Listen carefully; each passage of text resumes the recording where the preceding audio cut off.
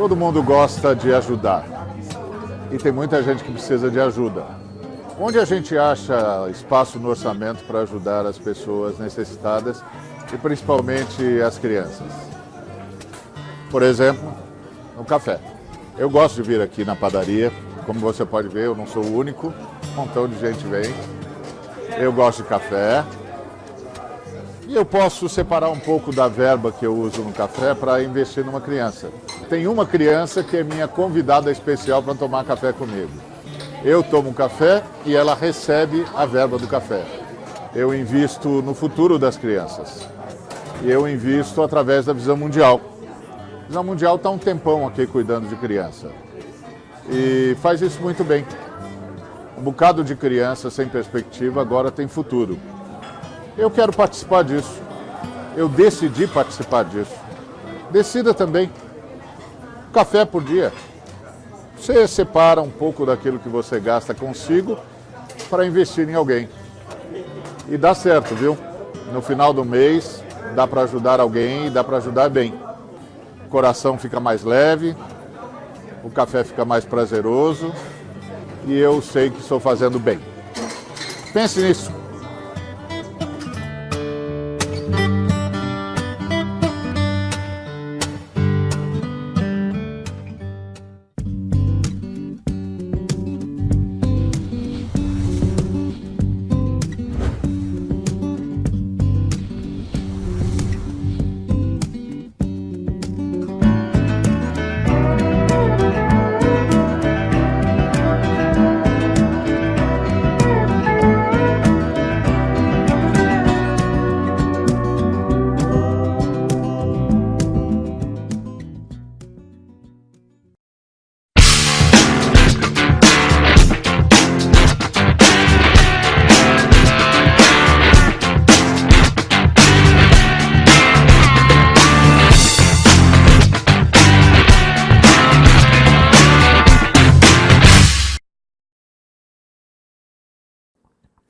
A graça e paz do Senhor.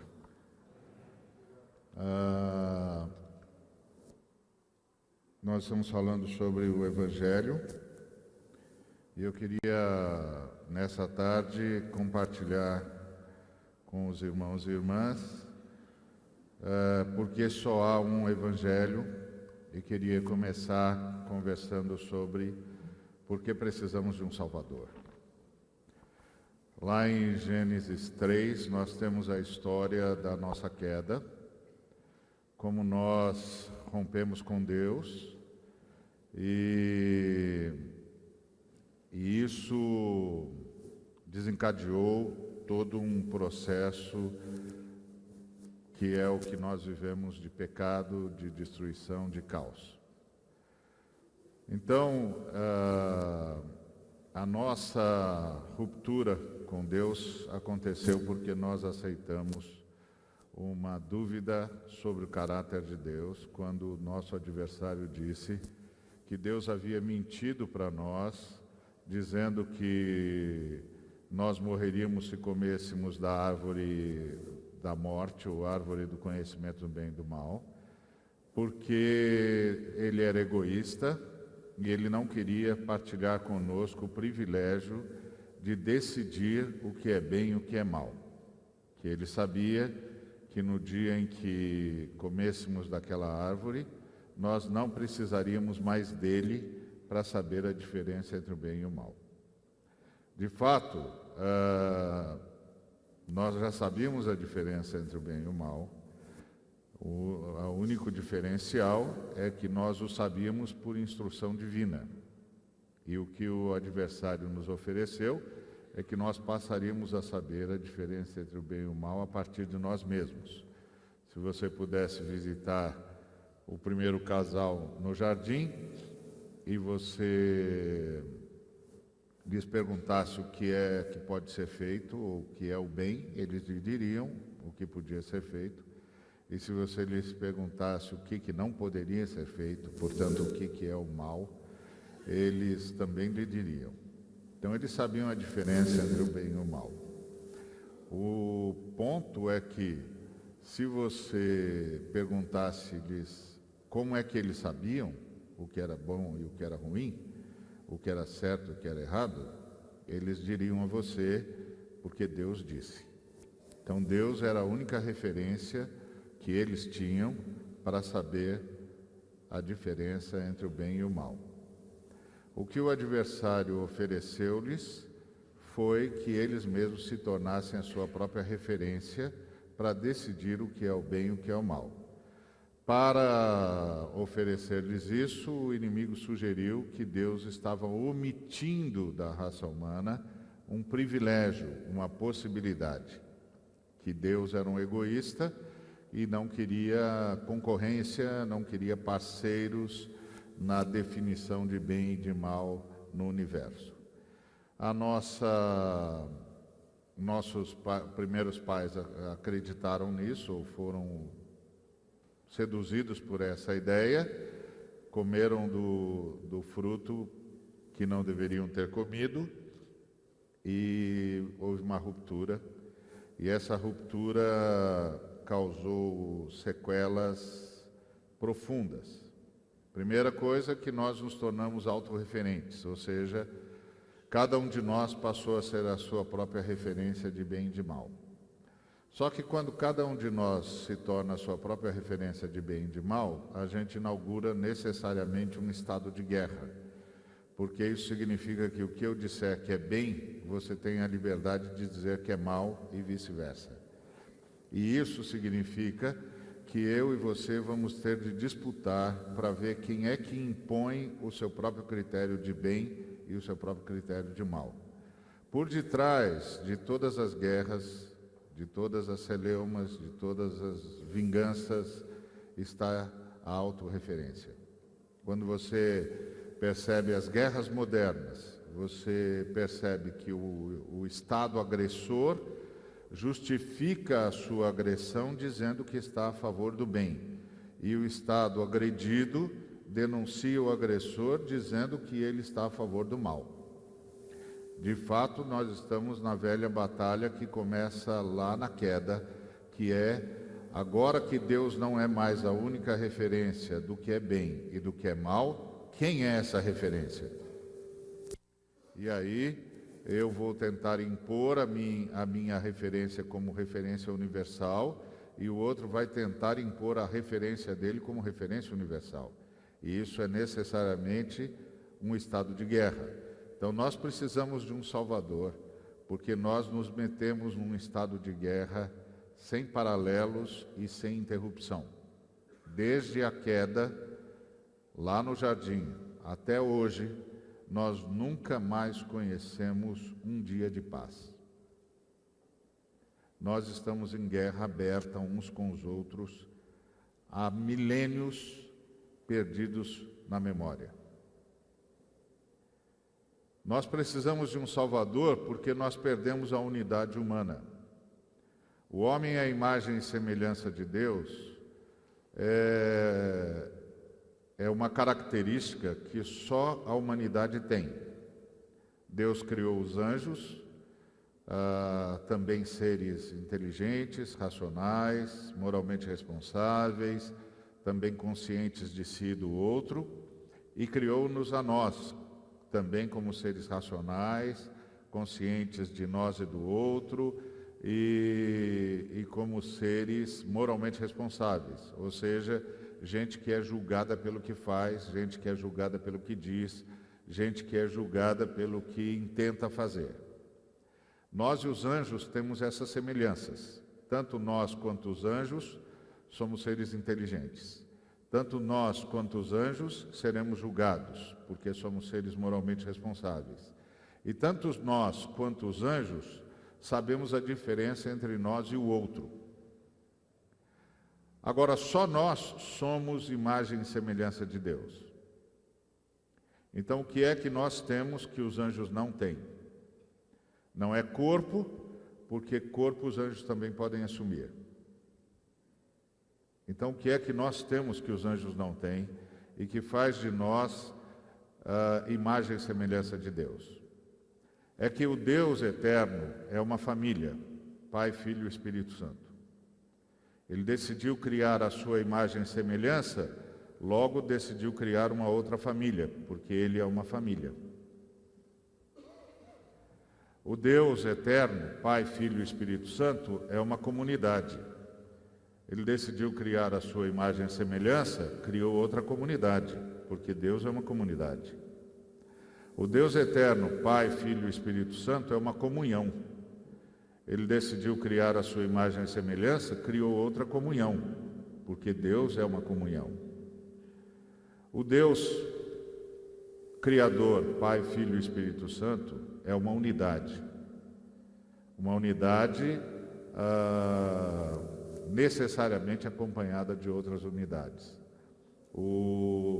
A língua hebraica, como nós sabemos, tem duas palavras para o termo unidade.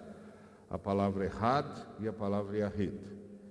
A palavra Yahid fala de unidade como peça única, mas a palavra Ehad fala de uma unidade composta, ou seja, uma unidade acompanhada necessariamente de outras unidades. Se você vai falar de uma caneta e vai usar o hebraico, para uma caneta você vai usar Yahid, porque é uma peça única. Mas se você for falar de um cacho de uvas, para de um cacho de uvas em hebraico, você vai usar a palavra Ehad, porque um cacho de uvas é uma unidade necessariamente acompanhada de outras. Quando as Escrituras falam de Deus, falam da unidade de Deus, usam a palavra Ehad. Deus é uma unidade acompanhada de outras unidades necessariamente. E quando Deus diz, por isso deixará o homem pai e mãe, se unirá à sua mulher e se tornarão ambos uma só carne, a palavra que está lá traduzida por uma é a palavra Ehad. Nós nos tornamos como Deus, uma unidade que necessariamente é acompanhada de outra unidade. Então, nós somos imagem e semelhança de Deus, porque guardadas as devidas proporções, nós somos as únicas criaturas de Deus capazes de expressar o que só Deus conhece, unidade, onde mais de um continua sendo um só. Pois isso que nós perdemos. Na queda, nós perdemos a unidade humana. Nós nos estranhamos, nós nos tornamos adversários. O outro virou diferente. Antes da queda, nós estávamos expostos um ao outro sem nenhum constrangimento, sem nenhuma necessidade de esconder nada, porque nós não víamos o outro como diferente, mas como extensão de nós mesmos. A partir do momento que nós caímos, o outro passou a ser o diferente, inclusive passou a ser alguém a quem eu não posso me expor e com quem eu não sei, e em relação a quem eu não sei mais como me relacionar. Toda essa perda de identidade relacional que nós temos nasce lá na queda. Nós não sabemos mais nos relacionar com o cônjuge, não sabemos mais nos relacionar com o pai, com a mãe, com o filho, com o tio, com a tia, com o amigo, com o vizinho, com o próximo, com o mais distante. Nós não sabemos nem mais nos relacionarmos com o nosso próprio corpo, com a nossa própria identidade. Aquela queda fez com que a gente perdesse a nossa identidade. E o nosso relacionamento ficou absolutamente prejudicado. Então nós precisamos de um Salvador. Nós precisamos de um Salvador para recuperar a nossa identidade relacional.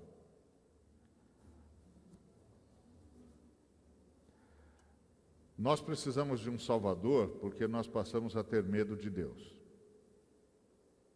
Deus de Criador virou juiz. E nós perdemos totalmente a comunhão com Deus.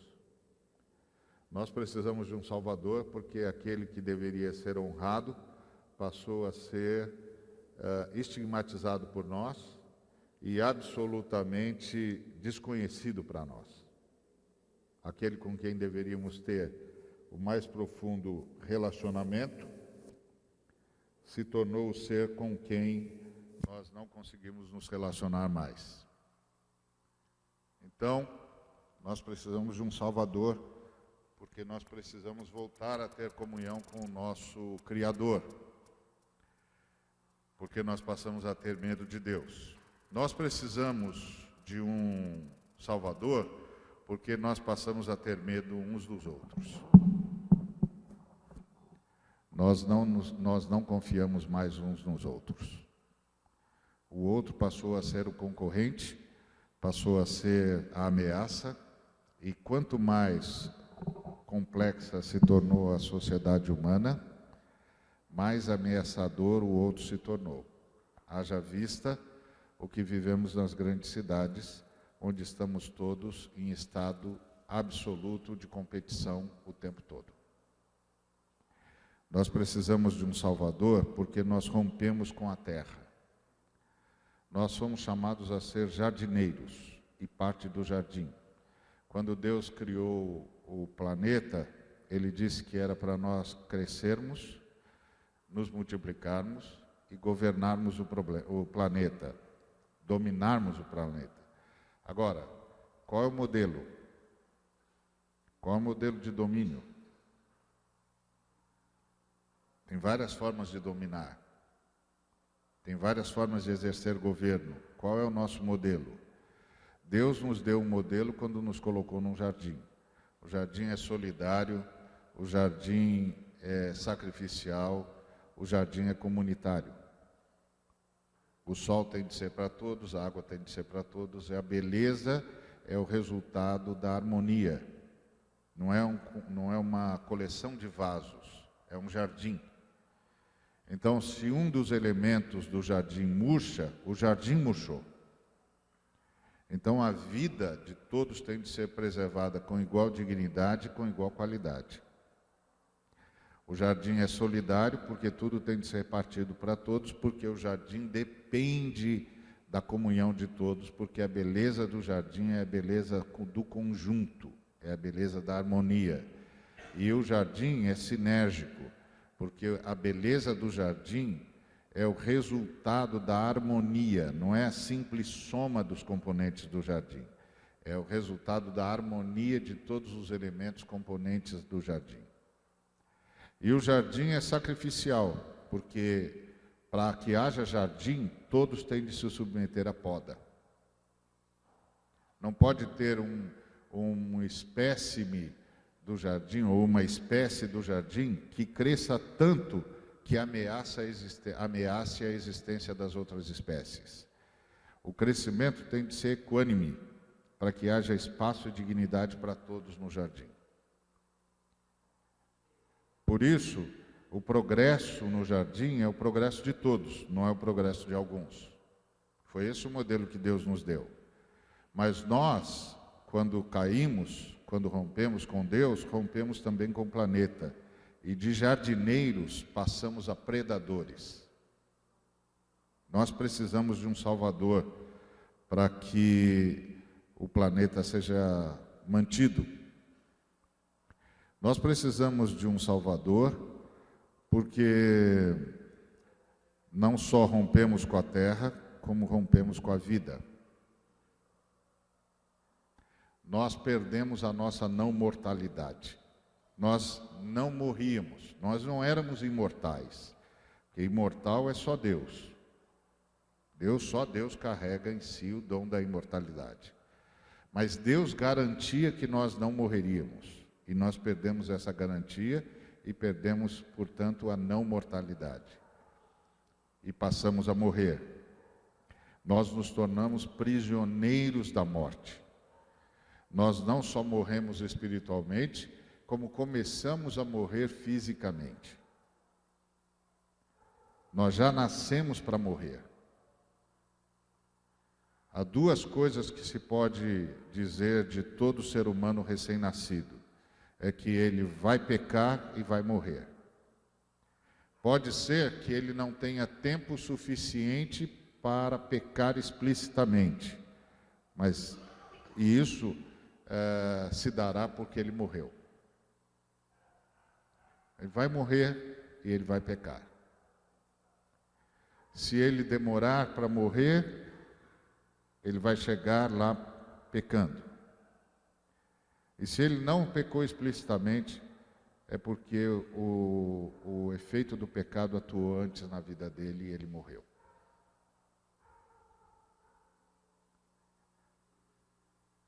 nós precisamos de um Salvador. Nós precisamos de um Salvador porque nós precisamos voltar para Deus. Nós rompemos comunhão com Deus e nós nos tornamos os seres silenciosos, ou seja, a nossa voz não era mais ouvida. Mas mais do que nos tornarmos os seres silenciosos, nós impusemos o silêncio ao Santo dos Santos. Porque só nós entramos no Santo dos Santos. Nenhuma outra criatura de Deus entra no Santo dos Santos. Só nós entramos. É muito interessante você ler a visão de Isaías, no capítulo 6. No ano da morte do rei Uzias, eu vi o Senhor assentado no alto e sublime trono. As abas das suas vestes cobriam o trono, cobriam o templo, e serafins estavam em volta dele. Com 6 asas cobriam o rosto, com 2 asas, cada um tinha 6 asas. Com 2 asas cobriam o rosto, com 2 cobriam os pés, com 2 voavam. E clamavam uns para os outros, não a Deus. Eles não falavam a Deus. Eles falavam uns aos outros. Santo, santo, santo é o Senhor dos exércitos. Toda a terra está cheia da sua glória. Só os homens entram no Santo dos Santos. Então nós impusemos o silêncio no culto ao Eterno, porque nós não entramos mais no Santo dos Santos. Deus não tinha mais sacerdotes, Deus não tinha mais ponte entre Ele e a sua criação. Nós precisamos voltar a Deus, porque o culto a Deus precisa ser retomado. Nós precisamos de um Salvador. E o Salvador é Jesus. É o único caminho para Deus. Por quê?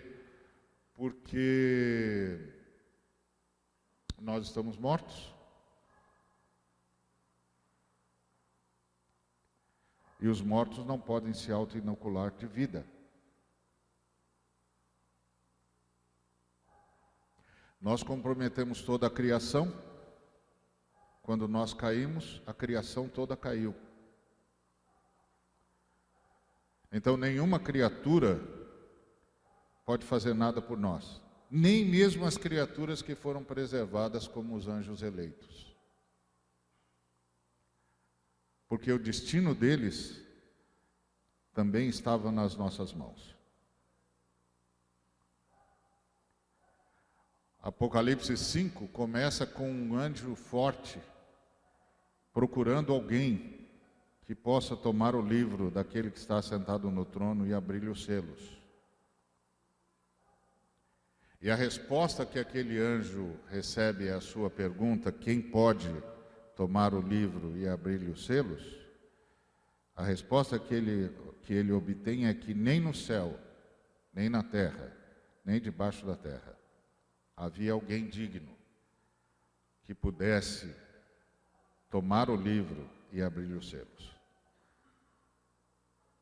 E aí o João chorava desesperadamente, porque se aquele livro não fosse aberto, se aquele livro não fosse tomado e aqueles selos não fossem abertos, não havia possibilidade de continuidade para toda a criação, não apenas para a humanidade, inclusive para os próprios anjos. E aí, enquanto João chorava desesperadamente, um ancião se aproximou dele e disse: não chores, eis aqui o leão da tribo de Judá, a raiz de Davi, que saiu para vencer, para tomar o livro e abrir os selos. Quando ele aponta para o leão, dizendo: eis aqui o leão da tribo de Judá, a raiz de Davi, que venceu para tomar o livro e abrir os selos, ele está dizendo uma coisa muito interessante. Ele está dizendo que João e todos os que estavam ali naquele ambiente estão diante de alguém que necessariamente não é do céu, não é da terra e nem é de debaixo da terra. Porque no céu, na terra e debaixo da terra não tem ninguém digno. Então, só sobra uma possibilidade. Esse ser tem de ser de Deus. Porque Deus não é do céu. O céu é que é de Deus. Tudo é de Deus. Deus não é de ninguém. Então, Deus não é do céu. O céu é de Deus. Então, esse ser só pode ser de Deus.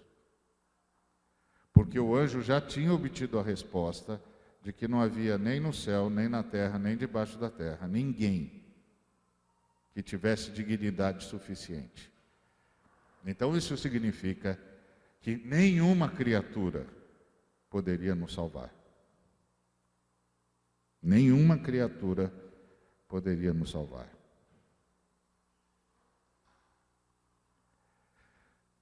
Então nós precisamos de um Salvador, e o nosso Salvador tem de ser necessariamente de Deus,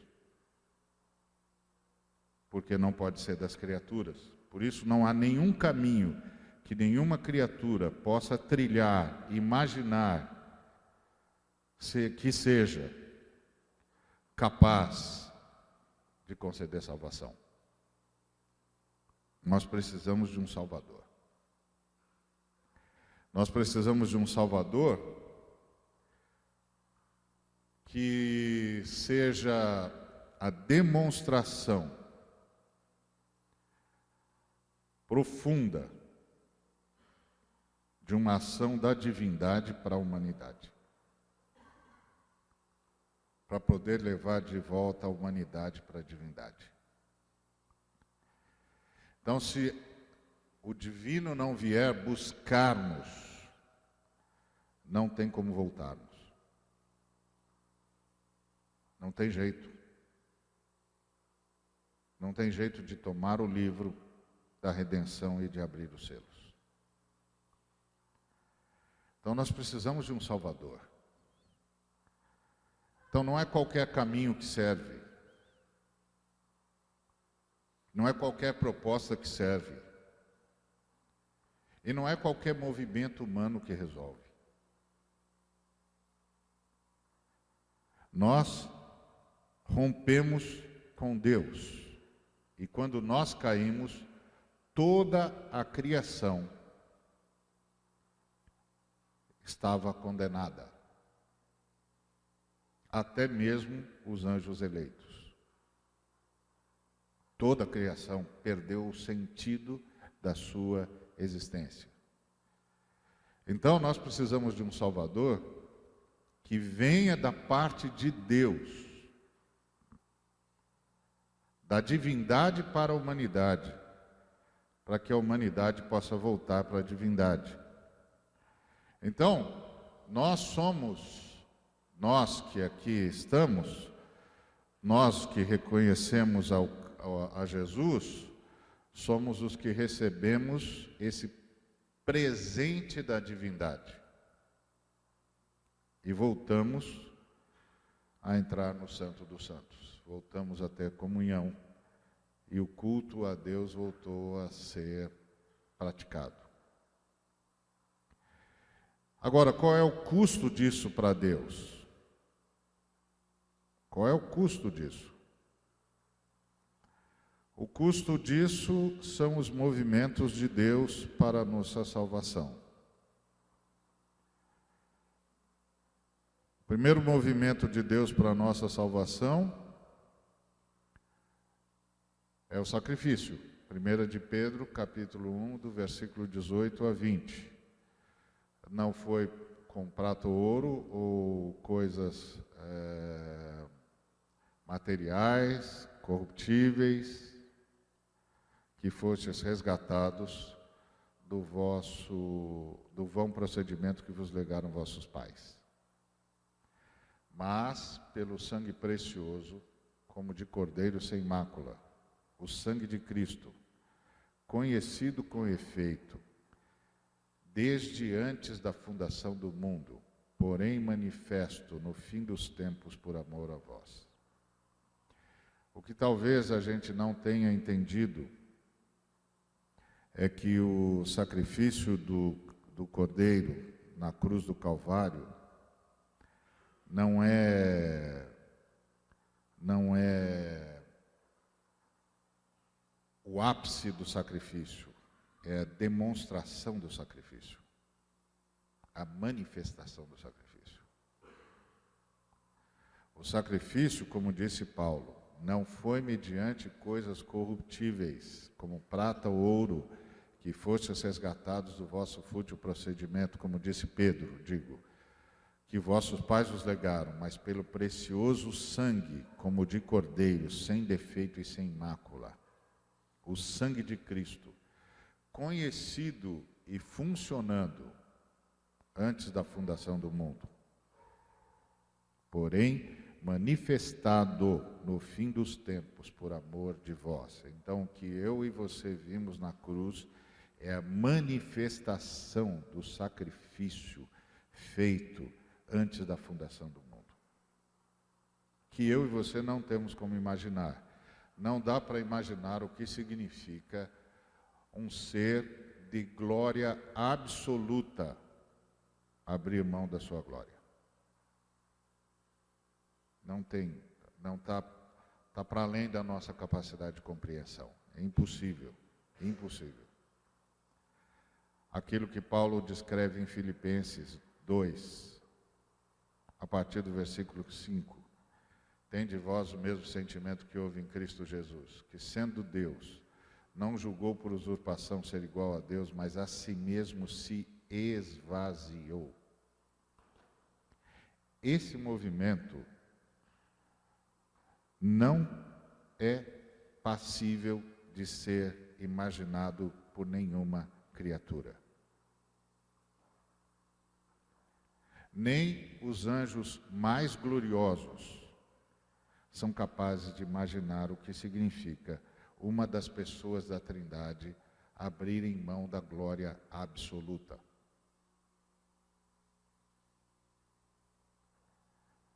Não tem como descrever isso. Então, a cruz do Calvário é uma manifestação contundente, porém pálida,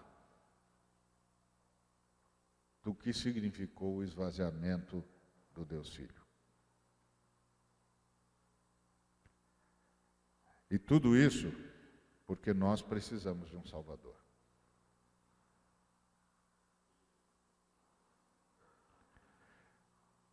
Mudar isso,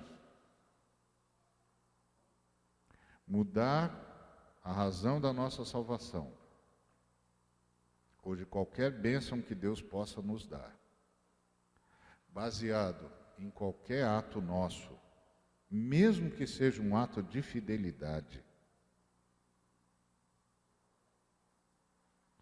é uma ofensa ao sacrifício.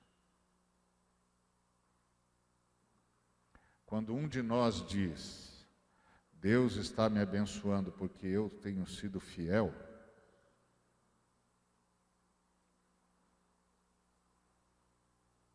o que nós acabamos de fazer foi cometer uma agressão profunda ao Cordeiro de Deus.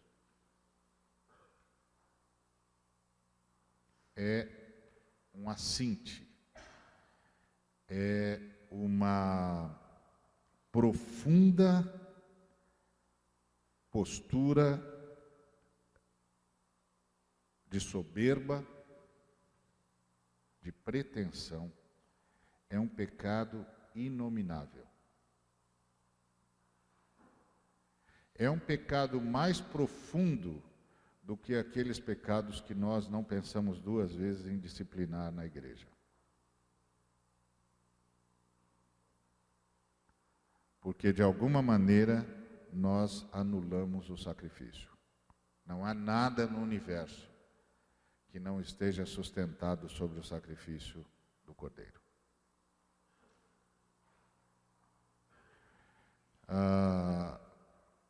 Eu me lembro de uma senhora que me perguntou se era verdade que tudo que existia em Deus. E eu disse que sim. Me perguntou se era verdade que Deus era santo. Eu disse que sim. E perguntou-me se era verdade que todos nós éramos pecadores. Eu disse sim. Então ela disse: como um Deus santo sustenta pecadores? A santidade de Deus não devia banir a gente e a gente deixar de existir? Eu disse: sim, senhora, deveria. E aí ela disse: então, essa pregação cristã não faz sentido. Eu disse: minha senhora, a senhora conhece alguém que já sofreu transplante? Ela disse: sim. Eu disse: qual transplante? Ela disse: do coração. Qual é o problema, minha senhora, de quem sofre transplante? Ela disse: rejeição. Falei: exato. O corpo rejeita o órgão estranho, entra em colapso e morre, não é isso? É. E como faz então, minha senhora? Aí ela disse: remédio. Tem de ter remédio. Eu disse: então, minha senhora, entre nós pecadores e o Deus Santo tem um remédio. O sacrifício do Cordeiro, o sangue do Cordeiro, que é conhecido desde antes da fundação do mundo. Então, minha senhora, a minha existência e a existência da senhora e dos anjos e das estrelas e dos planetas e das constelações e das galáxias só se explica pelo sacrifício do Cordeiro. Antes de Deus dizer haja luz, ele disse haja cruz. E só valeu a pena dizer haja luz, porque primeiro ele disse haja cruz. Por isso, minha senhora, a Bíblia diz que todas as coisas foram feitas por meio dele, e sem ele nada do que foi feito se fez. A Bíblia diz que ele é o primogênito de toda a criação, que nele foram criadas todas as coisas, no céu, na terra e debaixo da terra, quer principados, quer potestades. Tudo, minha senhora, está sustentado pelo sangue do Cordeiro. Porque nós precisamos de um Salvador. Nós e todas as criaturas de Deus que caíram conosco porque existiam por nossa causa. Então, mudar o Evangelho, dizer que eu fui salvo porque eu fiz isso, eu fiz aquilo, ou eu fui abençoado porque eu fiz isso, eu fiz aquilo, é um assinte. É um assinte. Como disse o Ricardo Bitum, é a negação do Evangelho. Dizer coisas assim só me candidata à maldição. Como disse o Ricardo Agreste, é aceitar que eu sou movido por qualquer outra coisa que não pelo constrangimento do amor que Deus demonstra por mim e em mim. Dizer isso é o mesmo que dizer que eu não precisava de um Salvador.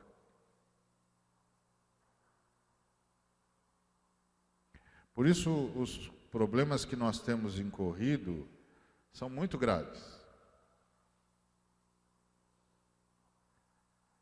Não é só a nossa experiência que está errada, a nossa teologia está errada. Quando nós acrescentamos à cruz uma vírgula que seja. E não adianta a gente tentar ser mais espiritual do que a gente é, dizendo que, não, eu tenho de fazer a minha parte. A minha parte é ficar exatamente onde o amor de Deus me colocou.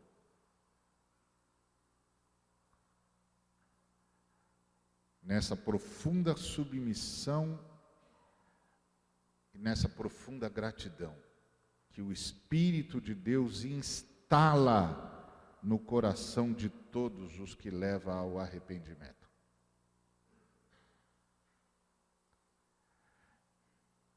Eu costumo usar a imagem de que a fé cristã é como subir uma escada, mas é subir uma escada rolante, não é você que sobe a escada, é a escada que sobe você. Então, o seu papel é ficar naquele degrau, para ser conduzido ao lugar onde você tem de ir. Numa profunda gratidão e submissão ao Cordeiro, constrangido por esse amor que me faz abrir mão de todas as minhas defesas, e eu não me escondo mais do Criador, pelo contrário, fico o tempo todo exposto ao Criador, para que Ele possa sondar o meu coração, perscrutar os meus pensamentos e ver se há em mim algum caminho mau e me guiar pelo caminho direito. Então essa é a minha postura, é a sua postura, porque o sacrifício do Cristo, que é anterior à criação de todas as coisas, significa que antes que eu soubesse o significado da palavra sofrimento, eu impus o sofrimento à Trindade. Porque antes que eu conhecesse o significado da palavra dor, eu impus a dor à Trindade. Porque o primeiro ser do universo a experimentar a dor e o sofrimento foi o Deus Pai, Filho e Espírito Santo. Que para que eu e você pudéssemos existir na pessoa do Deus Filho, abriu mão da sua glória. Como eu posso colocar qualquer coisa como mérito diante desse movimento da Trindade? Como eu posso sair por aí dizendo que eu sou ungido? Como eu posso sair por aí dizendo que eu tenho poder? Como eu posso sair por aí dizendo que eu sou qualquer coisa além de apenas e tão somente um ser humano perdoado e transformado pela graça de Deus?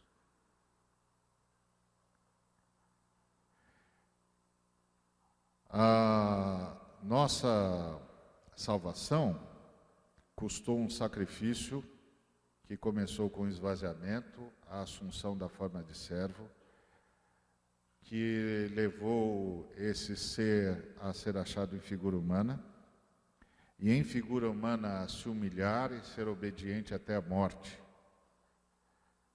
e morte de cruz. Então imagina o Deus eterno conhecendo a morte. Imagina o Deus que está em todo lugar, porque todo lugar está em Deus, conhecendo a limitação física. Imagina o Deus enfrentando um anjo que ele mesmo criou e tendo de humildemente ouvir esse anjo dizer-lhe: se você quer mesmo salvar essa raça,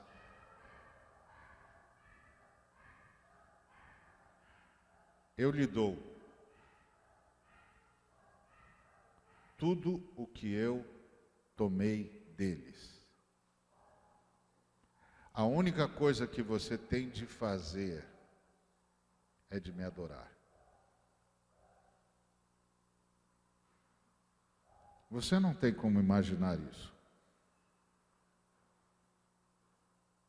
Você não tem como imaginar aquela cena do deserto em que o Espírito Santo leva a encarnação do Deus Filho para enfrentar o anjo caído.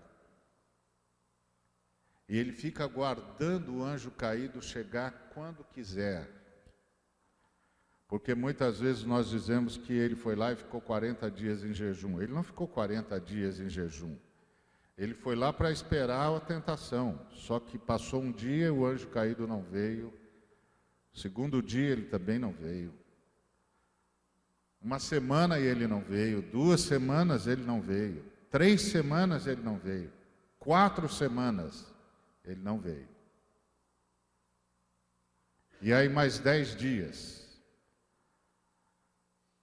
quando Deus Filho experimentou a exaustão do físico humano depois da queda. E aí o anjo caído veio e disse: você está com fome? Você pode imaginar o Deus Criador experimentando a sensação de fome? Você está com fome? Transforma as pedras em pães.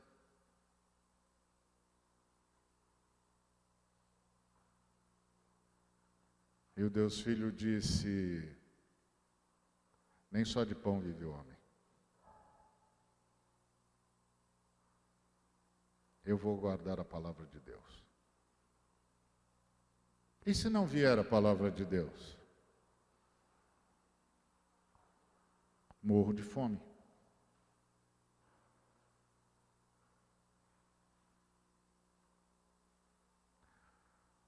Então, para você a palavra de Deus é importante? Bom, estamos agora aqui no pináculo do templo. Está escrito que os anjos têm ordens de segurar você, de proteger você, de fazer com que você não tropece em nenhuma pedra. Vamos ver se é assim mesmo.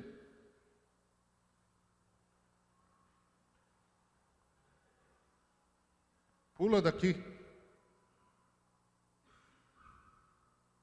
E você vai saber que é assim mesmo. E todo mundo vai saber quem é você.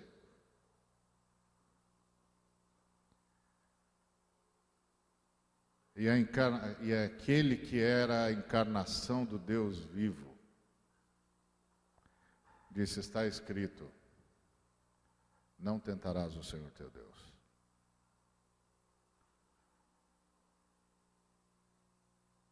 O meu Deus não tem de me provar nada.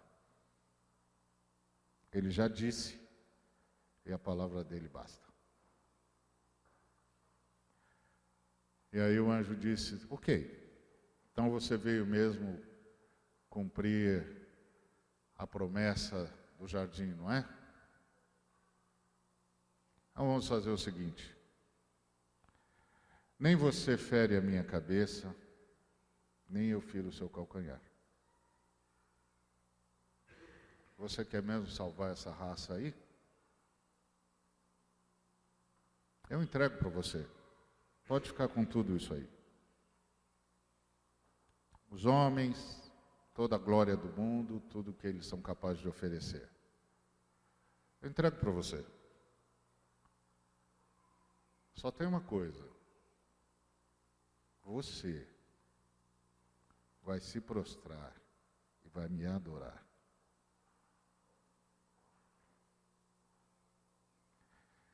Será que eu e você temos condições de entender o que é isso que está acontecendo no deserto? Mas não temos mesmo. Não temos mesmo. Então, baseado em que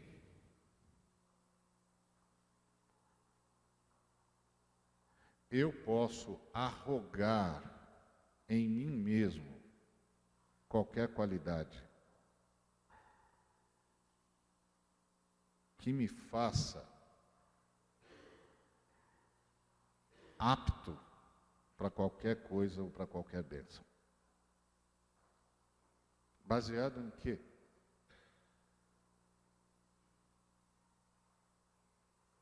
Como eu posso me levantar e exigir, ou mesmo sugerir, que eu seja reconhecido como importante? Como eu posso sugerir que eu seja honrado? Como eu posso sugerir que eu seja tratado de forma especial? Como?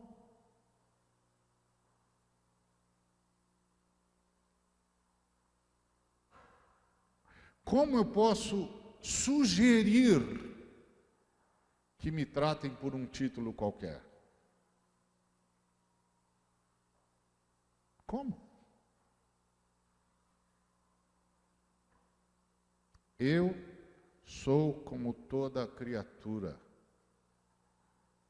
salvo única e exclusivamente por essa graça, que só pôde ser deflagrada por causa do sacrifício.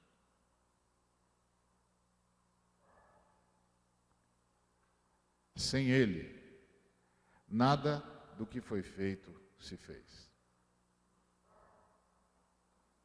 Você pode imaginar o Deus Criador criando algo provisório?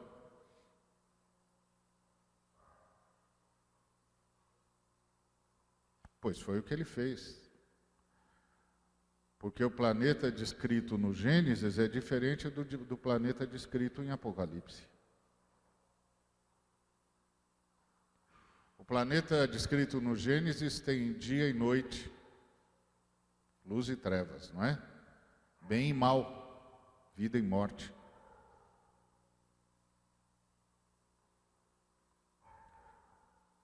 O planeta descrito no Apocalipse só tem bem, só tem luz, só tem dia, só tem vida. O que quer dizer que o planeta descrito no Gênesis é provisório. Por que Deus, o Eterno, fez algo provisório? Porque Ele precisava criar algo que suportasse a morte que nós traríamos para a realidade de vida que Ele criou para nós. E aí Ele criou um planeta baseado no sacrifício e na ressurreição, onde a árvore que tomba alimenta a árvore que vai nascer, onde a primavera é a ressurreição do que morreu no inverno. Um planeta onde os paradoxos miraculosamente convivem, porque os opostos não se atraem, se anulam. Nós temos um planeta ferido de morte e cheio de vida. Como?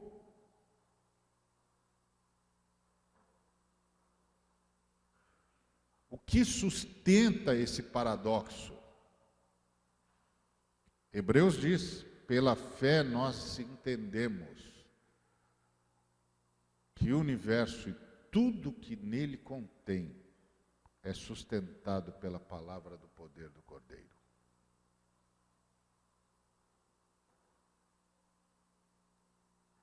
É como se nós tivéssemos lançado uma bomba de antimatéria no coração do universo, e quando o universo está pronto para explodir, as mãos do Cordeiro contêm a explosão e mantém tudo unido. É a palavra do poder do Cordeiro que sustenta tudo que os cientistas estão tentando perscrutar.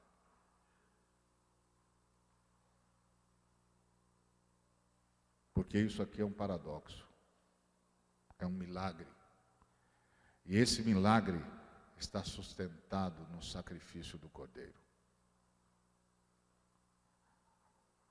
Como eu posso ousar me achar, sugerir que eu seja causa de qualquer coisa?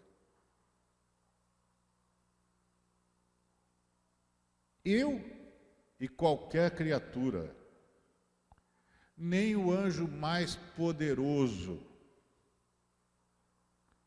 pode se arrogar causa de qualquer coisa. Por isso o Apocalipse 5 diz que quando os anjos chegaram, depois que o Cordeiro, porque o ancião mostrou um leão, mas João viu um cordeiro. E aí João está numa situação difícil, porque não sabe se o ancião não sabe a diferença entre o leão e o cordeiro, ou se ele olhou para o lado errado, não é? Porque o ancião falou de um leão e ele viu um cordeiro. E eles não são em nada semelhantes. E um cordeiro com as marcas do sacrifício. Cordeiro que foi morto.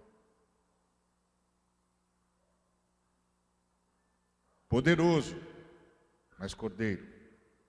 Onisciente, mas cordeiro. E aí o cordeiro entra no lugar do trono e simplesmente pega o livro. E ele só pode ser de Deus. Porque o trono de Deus está em luz inacessível. Nenhuma criatura atravessa essa luz inacessível, a não ser que seja Deus de Deus, Deus de vero Deus, porque só Deus entra nessa luz.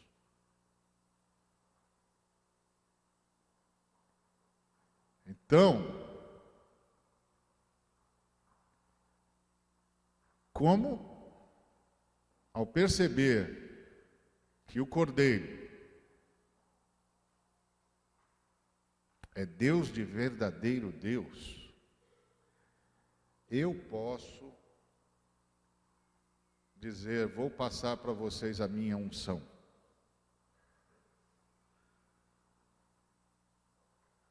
Que loucura é essa? De onde eu tirei isso?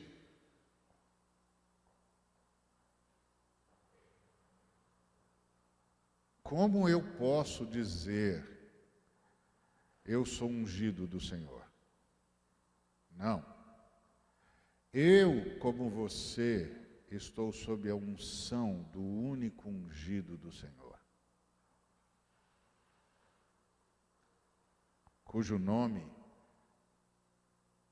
é único no universo, o único nome pelo qual importa que sejamos salvos, cujo nome tem de ser honrado de eternidade em eternidade, diante de cujo nome todo joelho se dobrará.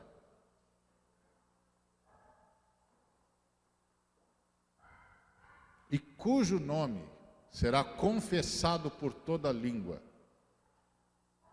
como o nome do Senhor, porque essa é a única maneira de prestar glória ao Deus Pai. Então você pode imaginar Deus criando um planeta provisório? Você pode imaginar Deus emprestando a sua bondade para que a minha maldade não fosse o único tom da minha existência? Porque quando nós rompemos com Deus, nós nos tornamos o oposto de Deus, ou o oposto daquilo que Deus queria que nós fôssemos. Ficamos vazios como caos.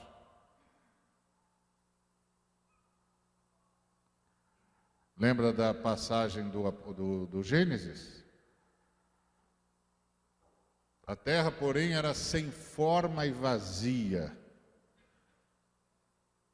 e havia trevas sobre a face do abismo. Se eu pedir para você imaginar alguma coisa sem forma, você imagina. Se eu pedir para você imaginar alguma coisa vazia, você imagina. Mas se eu pedir para você imaginar alguma coisa ao mesmo tempo sem forma e vazio, eu estou pedindo o impossível. É o caos. É o horror do caos. Era para lá que nós voltamos. E para que o caos não fosse o único conteúdo, ou fosse a demonstração total de ausência de conteúdo, Deus emprestou a sua bondade. É por isso que quem não ama Deus ama.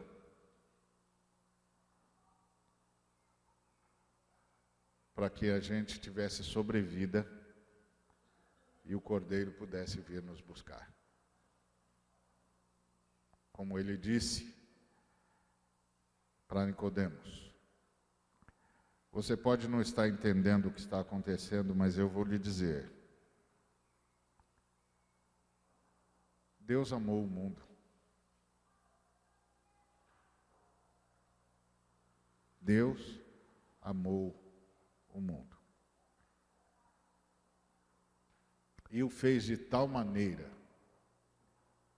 que deu o seu Filho unigênito. Agora, fez isso antes que o mundo existisse. Fez isso para que o mundo pudesse existir.